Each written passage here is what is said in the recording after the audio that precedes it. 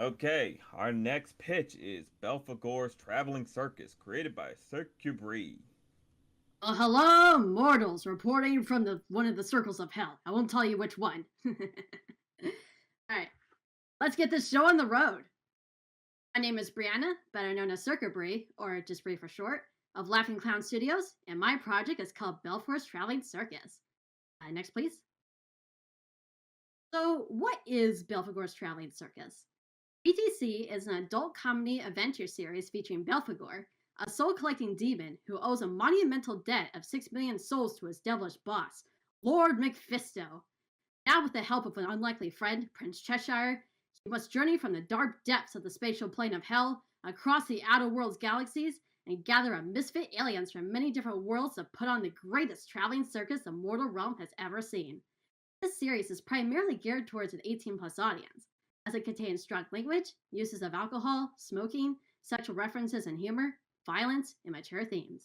Next, please. Unlike many other interpretations, Hell in BTC is a solar system with each planet, referred to as circles, representing a different cardinal sin.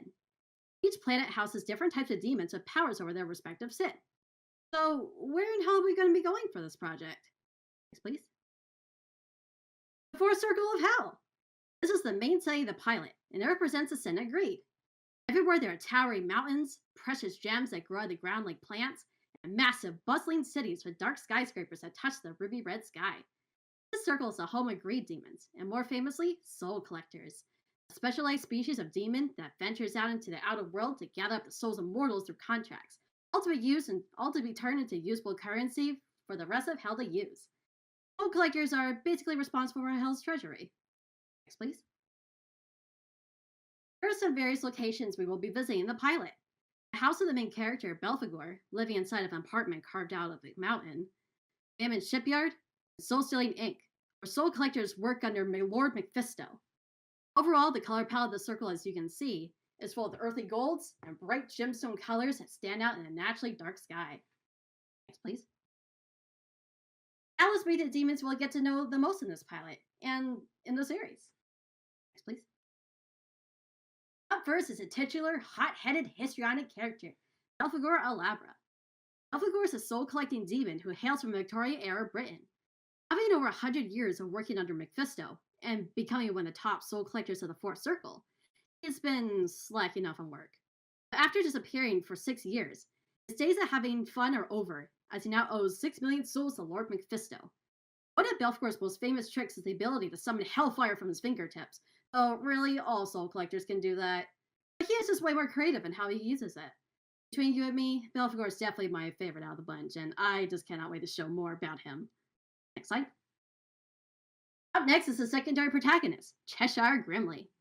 Cheshire is the ever-smiling prince of the fourth circle of hell, and best friends with mischievous soul collector Belphegor. Cheshire has desires to leave behind a throne, just as he left behind his father's cruel name.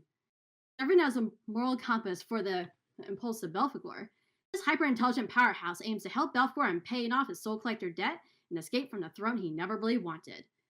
Cheshire is rather interesting. He can harness the power of the sun to perform some tricks like make his head glow, raise his body temperature to where he can melt metals with ease, and even disappear into thin air. There's a lot of mystery surrounding him that you will all soon discover. Next slide. And now, Baffy. Daughter of Baphomet, Baffy is a pint-sized royal secretary of Lord Mephisto at Soul Stealing Inc. She's very sarcastic and responsible, and not afraid to step on the tails of anyone who dares disrespect her. There's a brother-sister friendly rivalry with the troublesome Belphegor, and after he's gone missing for 6 years, finally finds him once again to deliver the news. Lord Mephisto wants to see him. Next slide. Get ready for one half of a villainous duo, Beasley Beelies.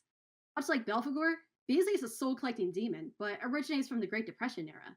This chaotic, effeminate, sadistic centipede is partners in crime with his boyfriend Rosier Verrier, acting as one who sets plans in motion. He aims to take over his bitter rival Belphegor's position of top soul collector in Soul Stealing Inc. Beasley is very sadistic, so much so that if his partner was around to keep him on a chain, he would do more than just steal the souls of his victims. It may be fun to tease, but he will not hesitate to poison you with the venomous claws around his waist, especially if you're immortal. He's very toxic, literally. Next slide. Now for the other half of the duo, Rosier Verrier. Rosier Verrier, typically only referred to as just Verrier, is another soul collector, but originates from the Prohibition era. He's very pompous, cunning, and often hides in the shadows, acting as the schemer of the duo. He and Beasley make for one dangerous duo to be reckoned with. I would describe the relationship between Beasley and Verrier to be a way more extreme and evil version of Belphegor and Cheshire's relationship. Except Beasley and Verrier are practically a married couple in how they work together. Weirdly wholesome relationship for a couple of evildoers. Next slide. Up next, Mammon Jr. While working in partnership with Lord Mephisto, Mammon Jr. is in charge of supplying soul collectors with spaceships they need for traveling in the mortal realm. This cheapskate businessman takes advantage of soul collectors by price gouging the amount of souls needed to purchase a ship. Unfortunately, Belfort needs to get through him to start his soul collecting journey. You may all notice his design and a few other characters I've shown are very draconic. This is because in the Bible, dragons are associated with the devil and are literally the embodiment of the sin of greed. How fitting for greed based demons. Next slide. And now for the big bad himself, Lord Mephisto. Owner of Soul Stealing Inc., Lord Mephistophelies is one of the most intimidating devils in the Fourth Circle, despite his rather silly name. This gigantic devil is feared by all soul collectors under him, and will not hesitate to punish all those who dare disobey. Mephisto is cruel and incredibly powerful, and has absolutely no sense of humor. He'll make any demon lower than him cower in fear at his booming voice. Next slide. While on the surface, this series is primarily a comedy, mature themes are explored and focused on in the form of episode plotlines and or character arcs. ATC deals with topics of found family, identity, parental abuse, PTSD, redemption and life after trauma, and prejudice. Next slide. With every good comedy also comes the heart of the series. The heart of this project is that it's a love letter to the struggles of being a creative. We will explore themes such as legacy, nostalgia versus new, coexistence with other creators, imposter syndrome, and the journey in making creative visions become reality. One of the reasons why I want the series to delve into this is because I feel like the side isn't talked about as much as it should, and I feel like this will help make Belphegor more of a relatable character rather than just a one-note bastard like most adult cartoons tend to make their protagonists. Next slide. There are a few pieces of media that inspired me through making the series, taken from a few different shows, movies, and even pieces of literary work. I dove deep into hell-based texts like Dante's Inferno for the basis of the setting, and gathered up everything I love and appreciate from these shows and movies seen here. Some musicals are in here since the show will definitely have some song numbers, and what's a circus without musical numbers? Next slide. Itching for Belphegor's traveling service content now? On the lookout for, next slide, Belphegor's Bouts of Foolery. So you may all be thinking, what does this project have to do with BTC? Well, next slide. It's the sister series. Belphegor's Bouts of Foolery, also BBOF, is a slice-of-life anime comedy show that serves as a prequel to the main series. If you want to see the cast in action, this sister show is available right now on YouTube with 4 short episodes released, and many more short episodes in production. Next slide. Here are all the socials you can find us on.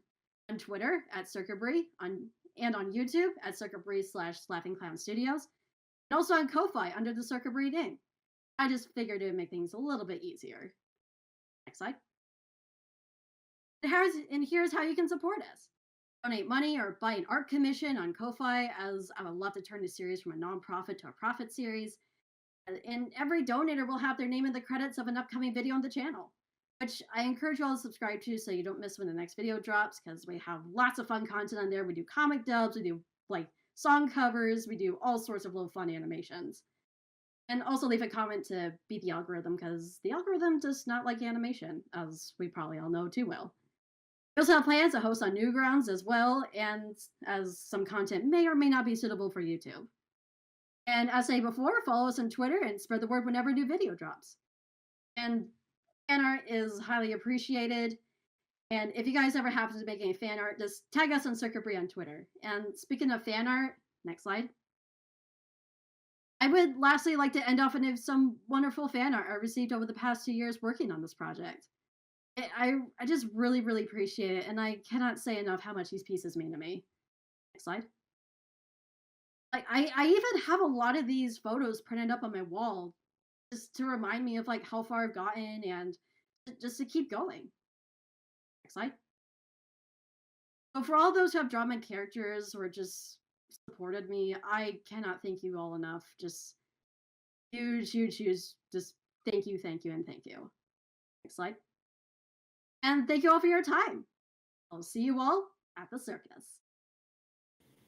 Awesome. All right. Woo! Great job, Bree. Belphegor's traveling circus. That is definitely one circus we will definitely be traveling to when it's out.